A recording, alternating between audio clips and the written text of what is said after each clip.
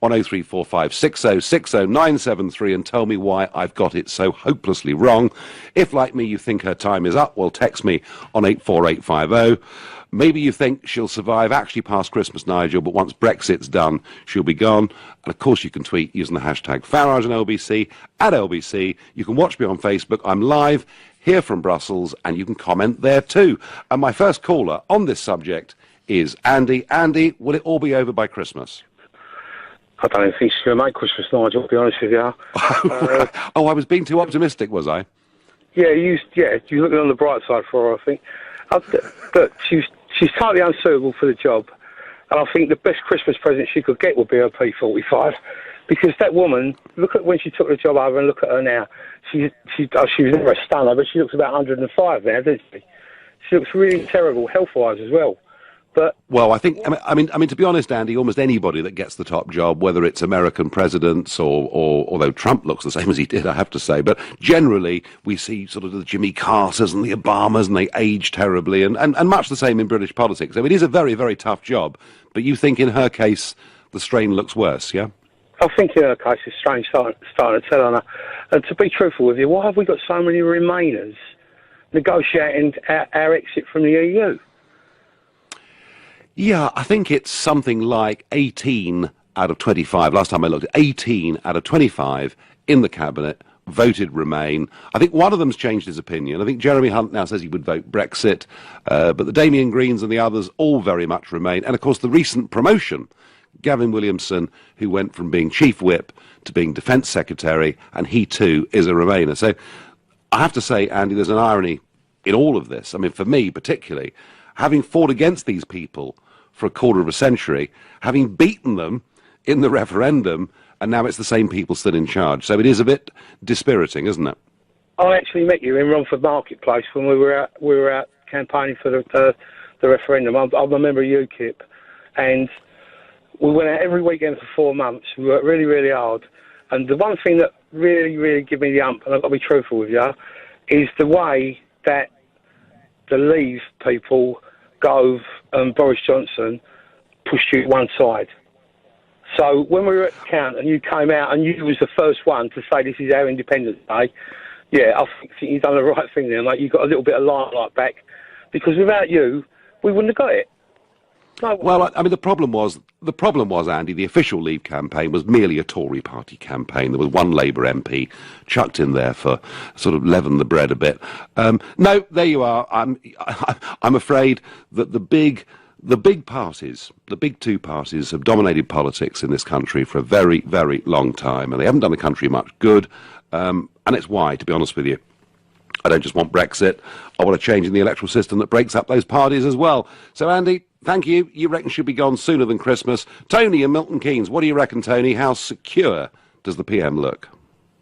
Well, you know, Nigel, I'd like to say, first off, I'm a fan of your work, but I don't understand the premise of this question, or rather, I don't understand the value of asking it, because for me, this country is only a two-political party country, and, you know, slamming the Conservative Party, bad as they are, I think they're the lesser of two evils. So, you know, by undermining their credibility further and picking holes in them, I think we're just creating more opportunity for Labour, and that would be a true disaster. Well, Tony, I'm going to take a completely contrary view to you. I'm going to say this to you. If this woman stays as Prime Minister, completely incapable of holding together a cabinet that clearly, some of them are at war with each other, others are behaving with almost no discipline whatsoever. If she stays as Prime Minister, in charge of this party, I am certain that Corbyn is in with a really good shot of winning the next election. So you could argue, Tony, one of the reasons I think they should get rid of her, they should get somebody who believes in Brexit to head up the party, to head up the country, is actually to stop the Corbyn Marxism from taking over.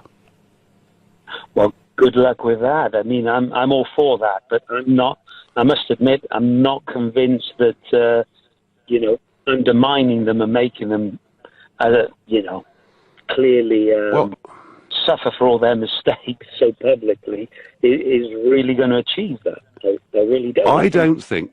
Tony, I haven't undermined them. She's undermined herself. That's really the point I'm making.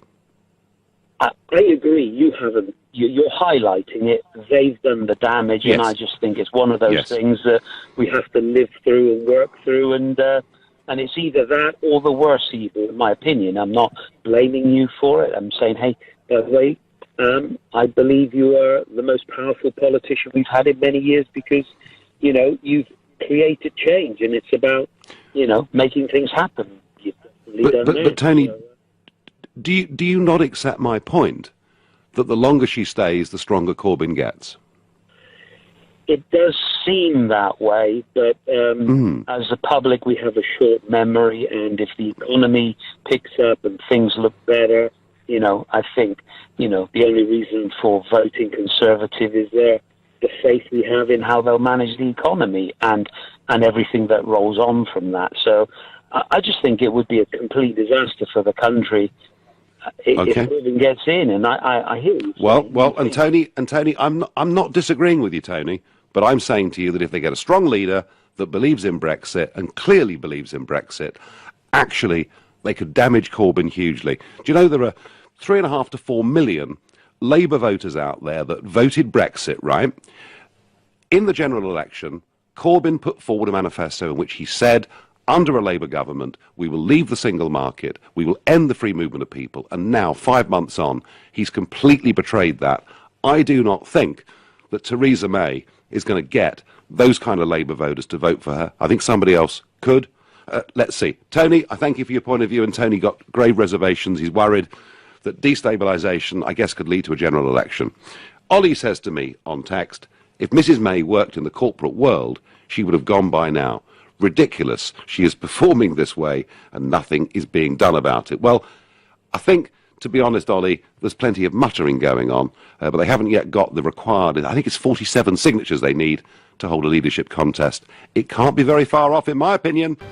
It was the Conservative supporting Daily Telegraph who, on their front page today, put some polling out that I think is pretty shocking. It shows that faith in the Prime Minister's ability to get the right deal on Brexit has now plunged from 44% in the summer of this year.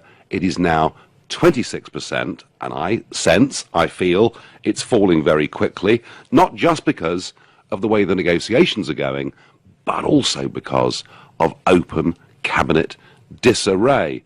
Graham says to me, I hope she hangs on, Nigel, because the Corbyn-McDonnell alternative is a terrifying prospect. Graham, as I said to a previous caller, if you're of that disposition that you're scared, I mean, some people are very excited about Corbyn perhaps being the next Prime Minister, but if you're concerned about Corbyn being the next Prime Minister, then I think the one big ally that Corbyn has got is Theresa May. The longer she stays there, the stronger Corbyn will be. That's what I think. So far, you all disagree with me. I'm going to go to Charles, who's calling from Dulwich, a first-time caller to this show. Charles, good evening. Good evening, Nigel. I'd like to try to put it another way. I think that the next election is Corbyn's to lose. I mean, he's riding high on the polls at the moment. But Charles, can you speak more directly into the microphone, Charles? You're coming across a bit distorted. Is that better? Yeah, marginally. Yeah, go on. Yeah, my thought is that it's Corbyn's to lose at the moment. He's riding high on the polls. She's in the most terrible trouble. But if she hangs on for another 18 months to 2 years, when things can get better, and they should do, then he's going to have the difficulty of hanging on to his lead.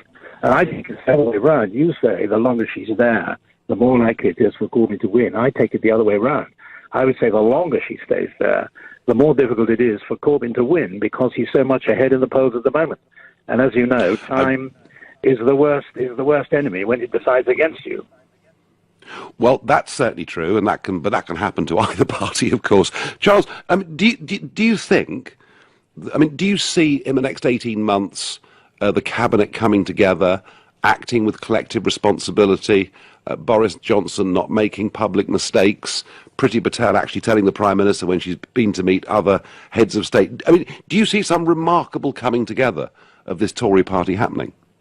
I do, save for the point you make about Boris. I think Boris is a very difficult customer, and I don't think he should be there anymore. But I don't see any reason why in the next 18 months to 2 years the cabinet shouldn't coalesce around Theresa May for fear of what could happen when Corbyn and McDonnell take over. And I think that might well be a feeling that goes all the way around the country. And as I say, it is Corbyn's to lose.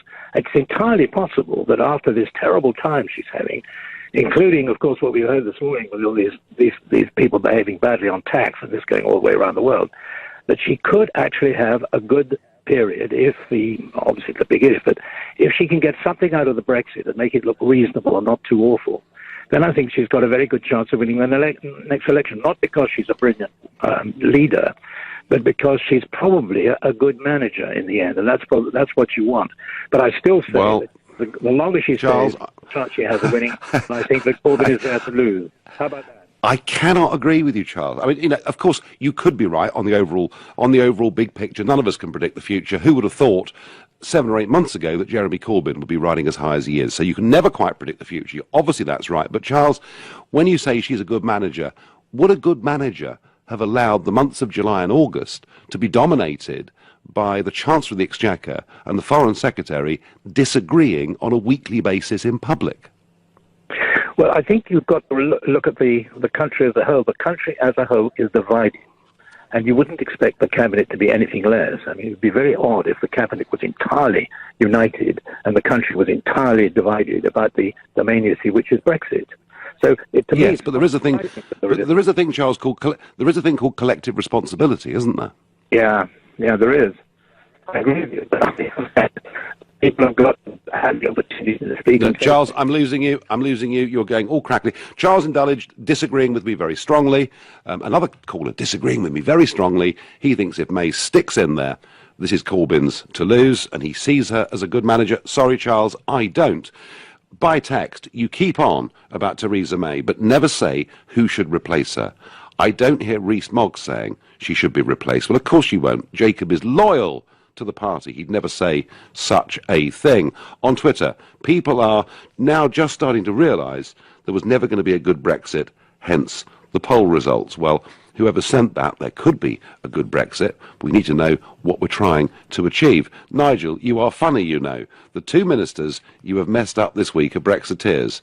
If she fired them, you'd be the first to scream, says Dr. Ruff. I haven't messed up anybody. It wasn't me that said the woman serving 5 years in Iran was there training journalists, which surely was red rags to the bull. I didn't do that, and Priti Patel I've got lots of regard for. But you can't just head off and meet foreign heads of state as a cabinet minister without actually telling anybody. And Rob on Facebook says, I think she's in dire straits. She knows it. She's hanging on for all she's worth, to the point of not sacking people. And even Charles from Dulwich, who was a big supporter of hers, he kind of said he thought Boris wasn't helping and that Boris ought to go. Is she going to fire Boris? I don't think so. Ben in Bristol, what do you think, Ben? Hi, Nigel. Seems like only Sunday we were talking. We're back on again. I know. So Nigel, what? We're not in so much agreement, I don't think. I think you've got to let it go, Nigel. You've got to let it go. This obsession with taking down Theresa May. It's a fair point. There's nobody decent enough to replace her. Give this woman a break. She is handling a very difficult time in the country's history. She's a very calm, very wise, intelligent woman. People are up in arms because she coughed once or twice at a conference, some letters fell off the wall, and she had to apologise for winning an election. She won that election fair and square, by the way. The media is in total hysteria. They've been in hysteria. Well, did you listen, Ben? Saying she couldn't do Ben, it. did you listen to her interview? Did you listen to her interview with Ian Dale a few weeks back? Which one? What was saying what? When Ian interviewed her, and he said to her, if the referendum was held now, how would you vote? And she plain blank refused to answer. Nigel, don't panic, mate. Don't panic. You won the referendum, all right? The Brexit's going to go through, all right? Theresa May. Is it? Understand. Well, it will of a kind. Okay, look. It will of a kind, Ben. It will of a kind. But why is she giving us transition periods that will undoubtedly last to the next election? That's not what we voted for, is it? Nigel, don't panic. It'll get done. Just relax. Don't let the media... Don't panic. A calm man like you, a wise man like you, has got to stop panicking. And you're reading too much and you're getting too caught up in the media, Nigel. Just relax. I think, Ben... I'll tell you what I think, Ben. Ben, if she stays as Prime Minister... whilst we will leave the European Union in name at the end of March 2019. We will, through the transition period that she's proposing, which she says will last for around 2 years, which takes us up to the next election, we will effectively be members of the European Union, just with an even worse deal than we've got now. And then you could get a Corbyn Labour government that keep us in the single market and keep free movement of people and keep the contributions. And that is the great risk to Brexit that Theresa May poses. Look, Nigel, I kind of understand your concern, but you've got to relax. She'll get the job done. The people have voted, okay? These politicians, they're not stupid. Even the liberal lefties, people like Liz Kendall, people like that, even they don't want to go against the vote of the Brexit. They're frightened of going against that, okay? It's gone through. When she stood in front of the cameras, she said, you voted for the Brexit, I'll do the Brexit. Whether she would have voted for it or not doesn't matter anymore. She says, I'll do what the people want, Nigel. She's going to do what the people want. It's media hysteria that's trying to bring her down. I don't think, Ben, She's good. She's fine. I don't think you can turn around the ship of state and get it pointing 180 degrees in a different direction to where it's been for the last 4 to 5 decades, unless you believe in what you're doing. One last quick question, Ben, for you. Do you think she's the best leader right now of the Conservative Party? Absolutely. Absolutely. Absolutely. She says this woman is just the right person for this job right now. She's got the calmness, she's got the astuteness, she's got the values, she's a strong Christian woman, and you need that leading the country, by the way. People don't want to hear that, but you do. She's got her head screwed on, and she cares about people enough. But she's not paying you, Ben, is she? She's not reading Twitter like, Andrea Leadsom or whatever. She's not reading Twitter every 20 minutes, panicking whether people like her or not. She just quietly gets... Ben, reassure me. Reassure me you're not on the payroll. I've already reassured you. I'm just a common sense, straight thinking person, Nigel, like you. Okay, no, fine. Well, we disagree on Theresa May. I want Brexit to happen. I certainly don't want the Corbyn form of Marxism to take over the country, but I think she may well deliver that. Ben, we agree to disagree. Suzanne says Mrs May not last till Christmas, but will it be a case of better the devil you know than the devil you don't? I wonder what Sam in Worthing makes of that. Sam, good evening. Oh, hi, Nigel. I totally agree with you. I mean, I'm a businessman myself. I've read so many books. I've never come across anyone who said, I've been successful in a project that I didn't believe in. Theresa May doesn't believe in Brexit. Why is she heading it? I understand she has to be there at the minute because people don't want Corbyn. But she doesn't believe in it. If she sits across Merkel's going to think, Brexit talk is a joke. I'm negotiating with someone who doesn't believe in what you're doing, they could push you around. So I totally agree with you. I think the right thing for her to do is probably step down. Get someone who believes in Brexit. Get someone to talk with authority. You know, Ben, you and I are following exactly the same logic on this. You can't do a job, as big a job as Brexit, of turning the country around unless you believe in it. Sam from Worthing, I thank you. You're listening to The Nigel Farage Show. Public support in the Prime Minister and her ability to deliver Brexit is collapsing. It is now down to 26%, and that amidst a cabinet in complete open disarray. I do think she'll be gone by Christmas. I could be wrong. Many of you think that I am. But today is also the 7th of November.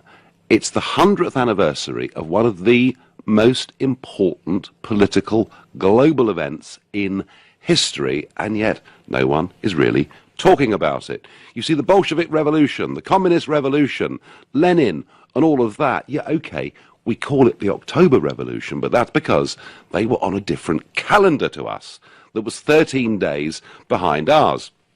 Later on, they changed and got with us. So actually, November the 7th now is the day that is remembered for when, finally, this form of communism that was to last for decade after decade took control. It is something that Russia, modern-day Russia, is clearly embarrassed about, because there were no great centenary parades taking place today in Moscow. There was a celebration of driving out the Nazi invader, but nothing very much about communism. I think it is worth remembering, 100 years on, that this ideology that was supposed to make the world a better, more perfect, fairer place, finished up killing millions of its own people, enslaving Eastern Europe and spreading its ideology to many other parts of the world. And all that it brought, frankly, was poverty and misery.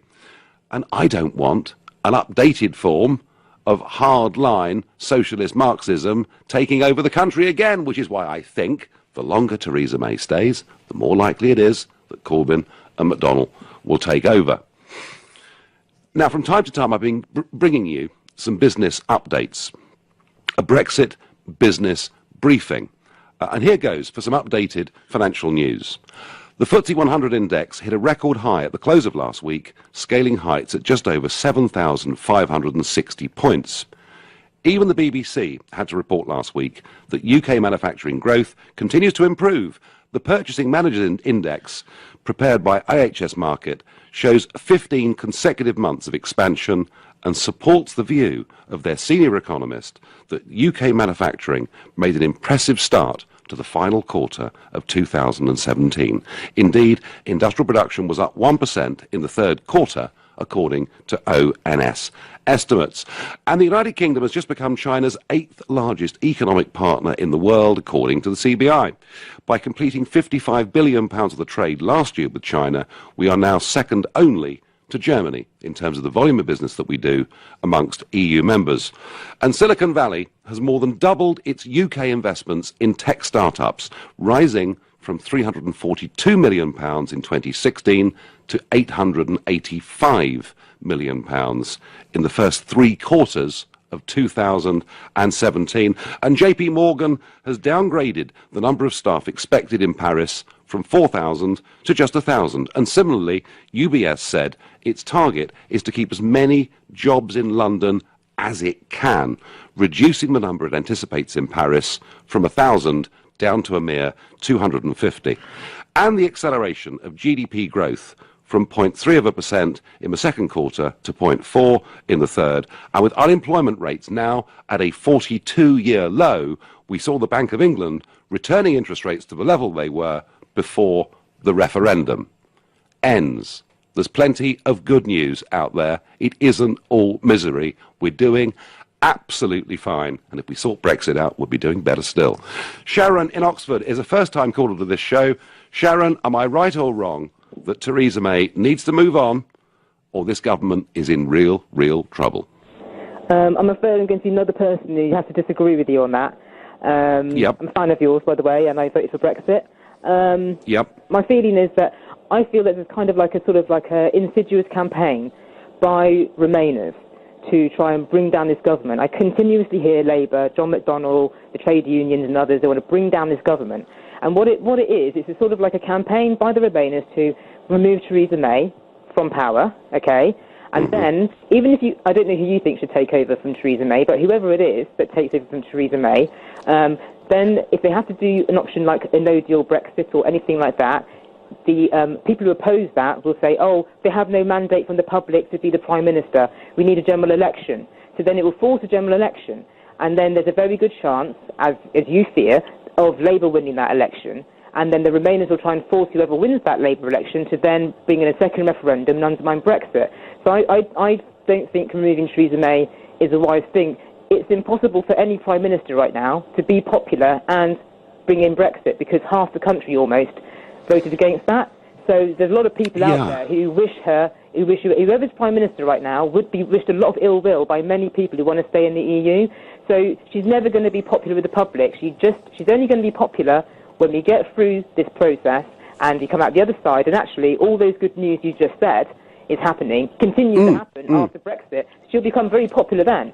But the trouble is, Sharon, yes, the country's divided on this, although, you know, we've had a slew of polls.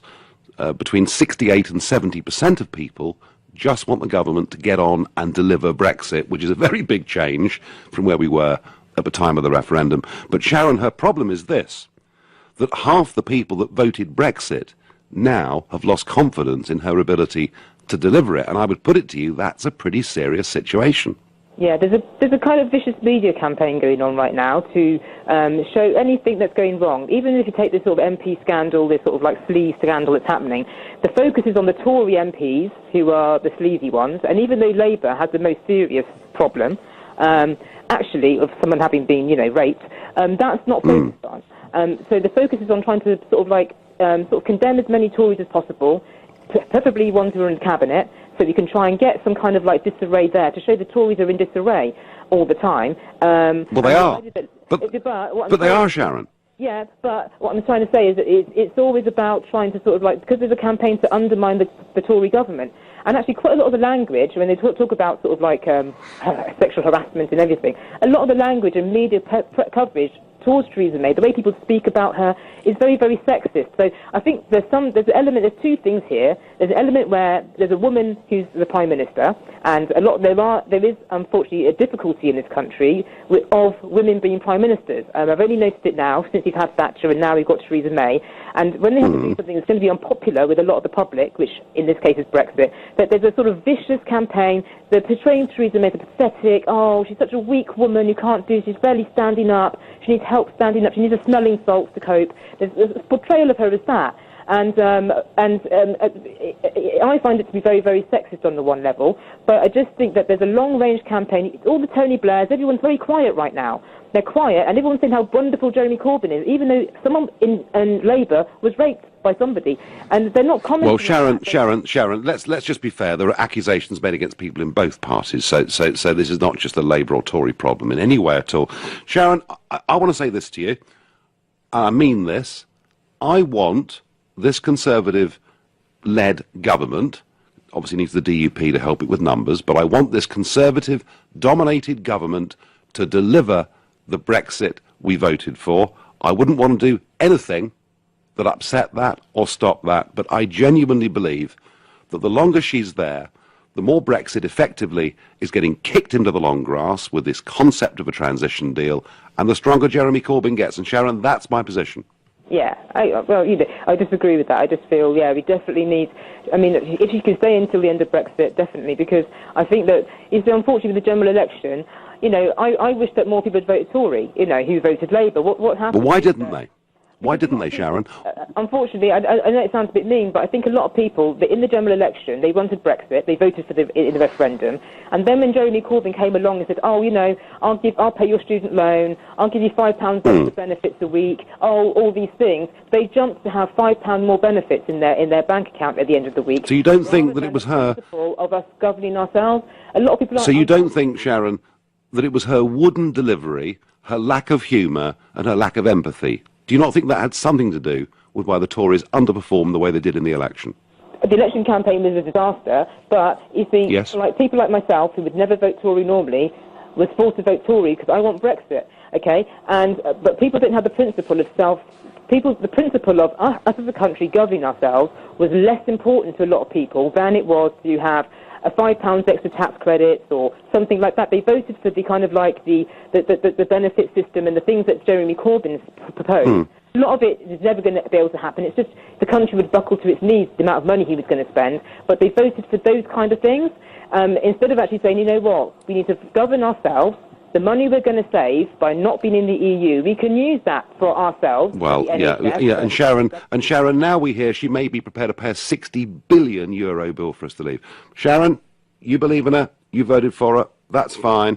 I have to say I've got pretty grave reservations about her. But a lot of you think, it's better the devil you know, or actually she's not doing too badly. Norma takes my view on Facebook and says, "Evening, Nigel, she is way out of her depth. We need someone who believes in our country to take the job."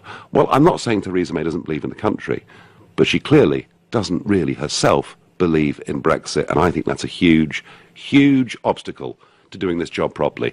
You're listening to the Nigel Farage Show exclusively on LBC.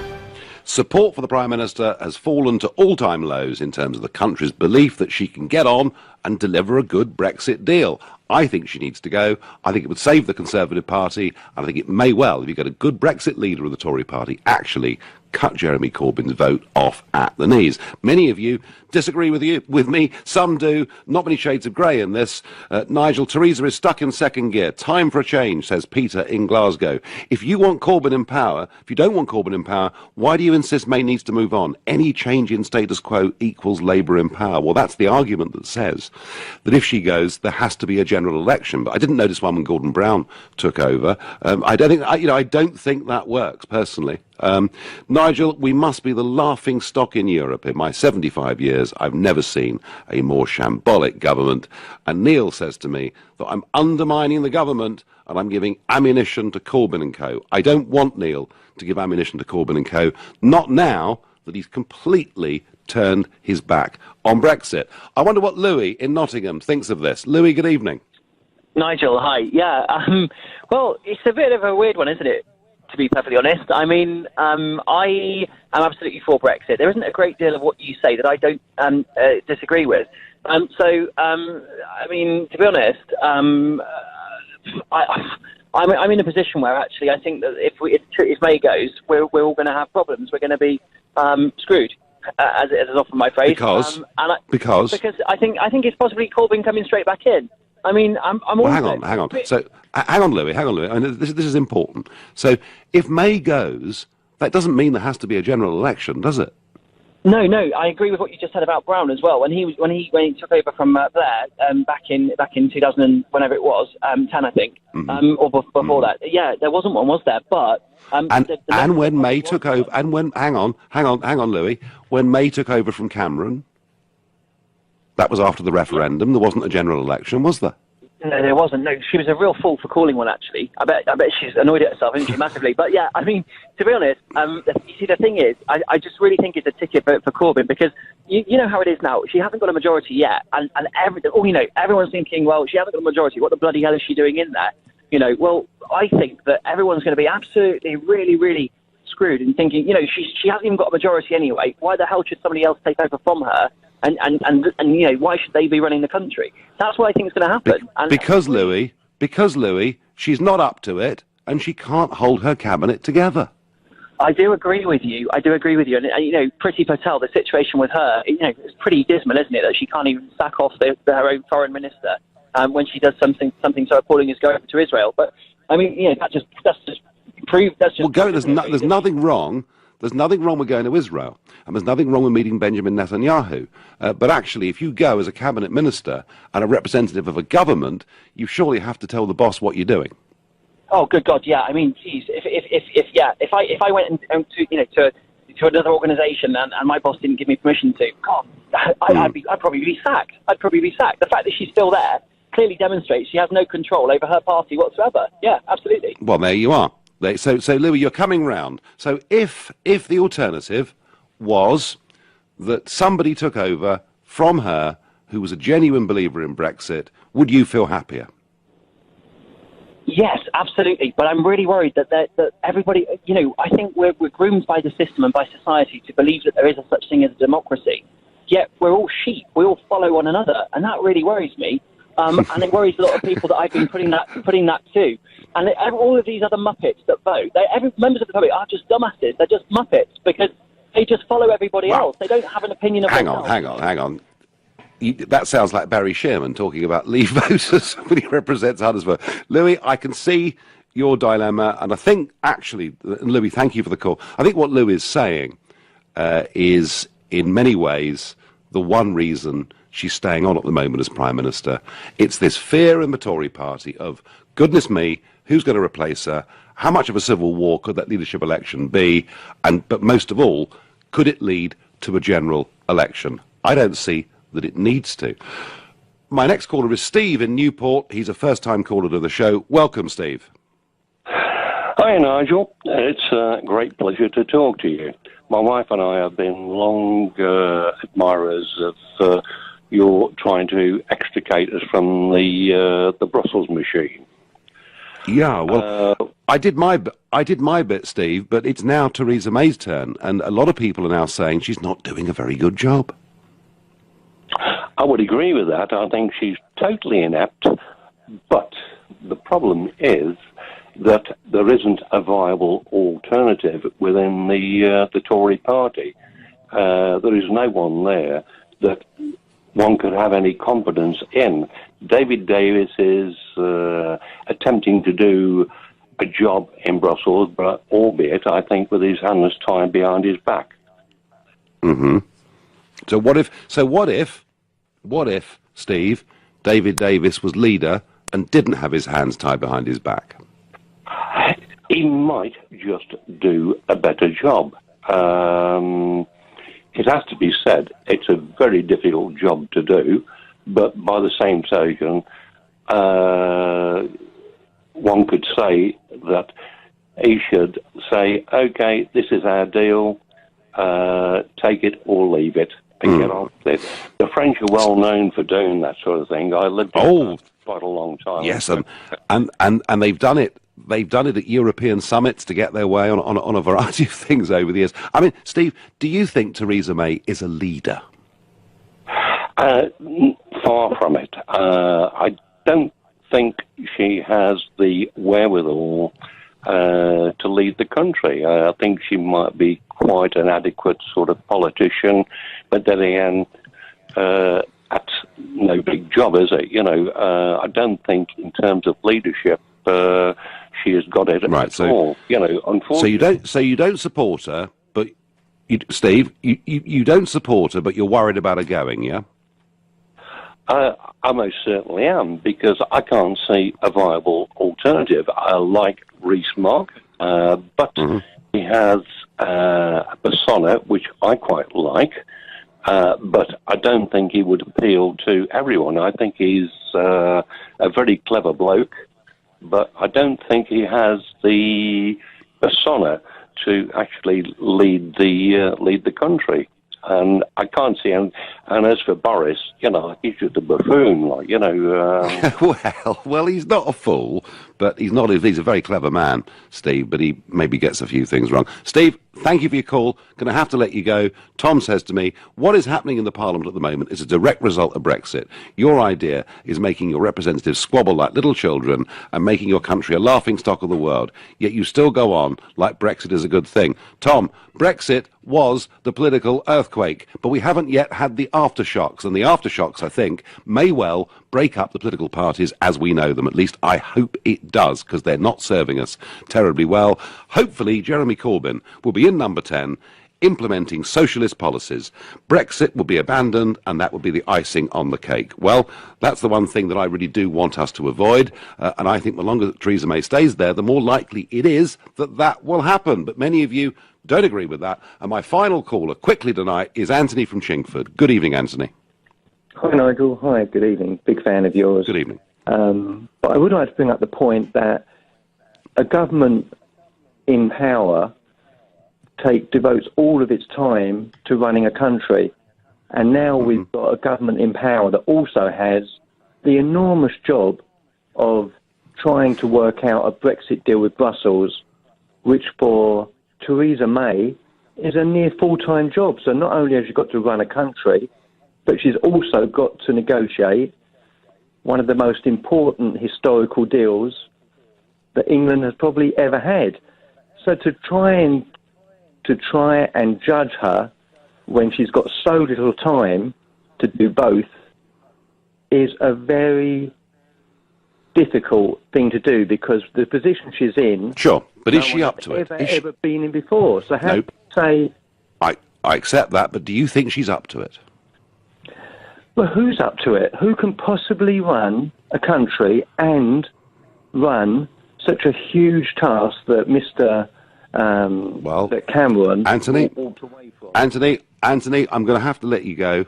We've come to the end of time. I will answer that by saying someone that believes in it. You cannot do this job unless you believe in it. Brexit is way, way, way too big for that. I may be wrong. She may well limp on as leader, but it seems to me they're very divided. They're not sure where they're going, and support for her is collapsing in the country in terms of people's confidence in her to deliver Brexit, and I'm one of those people too. I've got no confidence. You've been listening to The Nigel Farage Show here on LBC.